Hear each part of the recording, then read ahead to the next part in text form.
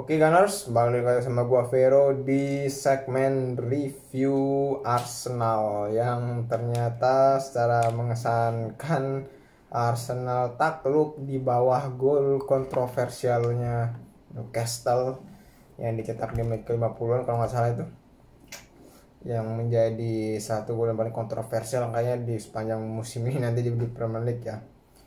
So bagaimana pendapat gua? Langsung kita bahas. Oke, jadi gini guys. Eh, ya gue sebenarnya dari line up-nya sebenarnya gue cukup aneh ya melihat. Aneh dalam arti, lu lihat gak ketika lawan Newcastle yang main yang ngotot, pressing, gerasa gerusuk lah istilahnya, terus kayak physical banget, terus lu nurunin gelandang tengah. Ya mungkin ada rasisme tapi ada Jorginho sama Havertz, itu menurut gue agak gimana gitu ya, kenapa lo nggak turunin mungkin let's say ya Trossard gitu, atau mungkin ya turunin siapa lah buat gantikan si Jorginho terutama ya. Gue cuma menyayangkan aja sih ya. Dan tetapi syukurnya juga apa namanya, Odegaard memang nggak main ya karena nggak fit katanya, sedangkan Zinchenko diganti oleh Tomiyasu, something yang perlu banget, sedangkan save kanannya udah yang terbaik sebenarnya walaupun ternyata mainnya nggak baik banget. Sedangkan striker ya what do you expect lah ya, ini yang udah ada gitu, si Eden Ketia. Tapi masalahnya di babak pertama itu Arsenal bisa meladeni permainannya Newcastle lah, bahkan itu menurut gue juga si Havertz itu salah satu yang bermain bagus selama 20 menitan awal lah ya. Cuman problem dari Arsenal seperti yang gue pernah lalu, Arsenal ini bukan tim yang luar biasa kayak City yang punya 3-4 pemain top, atau mungkin hampir top lah, bagus tapi yang udah ya, mendekati top gitu. Sedangkan Arsenal ini pemainnya tuh ya bisa dibilang bagus, cukup bagus, lumayan, tapi dia dalam dibangun kekompakannya dalam suatu sistem gitu. Cuman ketika pemain lagi underperform, ketika mungkin pemainnya itu tidak ada 3-4 yang error lah, yang lain tuh kurang jalan, akhirnya kurang jalan. Kalian bisa lihat juga Saka nggak terlalu kelihatan, Martinelli juga bukan Martinelli yang kita kenal yang dikit-dikit apa namanya, dikit-dikit pas ini dikit-dikit nendang gitu. ya akhirnya ya begitu dah mainnya, mungkin menguasai bola dan buat peluang, tapi ya nggak bisa gol-gol, nggak bisa membunuh lah kasaran, nggak bisa membunuh lah kasarannya. Dan akhirnya Arsenal masuk ke menit babak kedua yang ternyata gue kagetnya itu Arsenal bukannya makin bisa menaklukkan Newcastle, malah makin tertunduk lesu di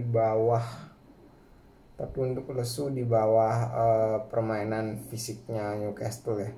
Dan yang gue heran itu kenapa nggak masukin Trossard atau apa itu dari menit yang lebih awal gitu, tapi masih pakai Jorginho sebagian.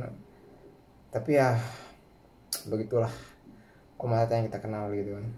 Mungkin dia lebih tahu kenapa dia mengadakan Jorginho agak telat atau apa, gue nggak tahu sih. Cuma yang jelas Arsenal seperti entah kenapa ya, agak permainan Arsenal tuh kayak gini guys, kayak musim ini ya, kayak gini belum di titik kayak musim lalu yang cukup konsisten gitu lah. Cuma emang musim ini mereka tuh lebih efektif, mungkin karena kualitas mereka tuh lebih baik lah daripada 2 musim sebelumnya. Berarti yang musim 2022 yang kita hampir kalah itu apa, yang peringkat 5 nggak masuk Liga Champions itu, kalah sama Tottenham. Itu kan udahlah begini-begini terus hasilnya jelek. Kalau musimnya itu hasilnya begini-gini performanya, tapi masih bisa menghasilkan output hasil lah.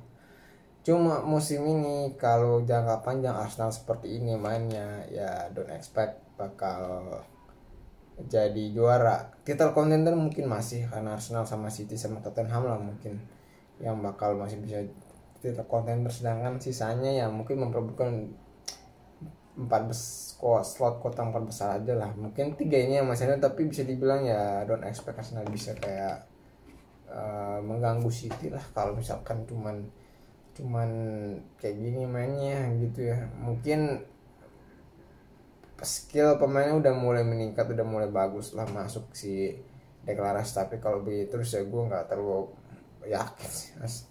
musim ini bisa juara, karena ada suatu ramalan yang cukup viral 2017 yang diposting di Facebook, itu Arsenal katanya musim keempatnya ya maka juara Liga Champions sama juara Liga Inggris. Mungkin aja itu benar, tapi setelah bulan Januari, kita belum melihatnya sekarang. Dan yang perlu kalian, dan bagaimana komentar gue soal VAR ya, soal golnya Newcastle yang kontroversial tersebut ya, kalian bisa lihat di Twitter kan sudah ada yang bilang posting kalau Arsenal sudah itu wasit itu udah diberitahukan kalau wasit kesimpulannya itu tidak bisa memutuskan untuk membuat apakah itu gol apa enggak, karena itu sulit dijangkau VAR, sulit juga ditentukan dari jarak dekat.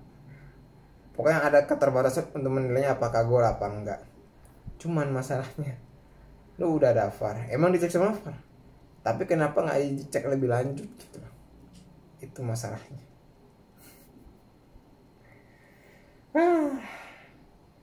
Bengong saya sama wasit Inggris. Suruh aja wasit Jepang lah buat megang di IPL kayaknya. Ada ya, welcome to the club. Maksudnya welcome to the club yang pernah kalah ya Arsenal. See you in the next video guys.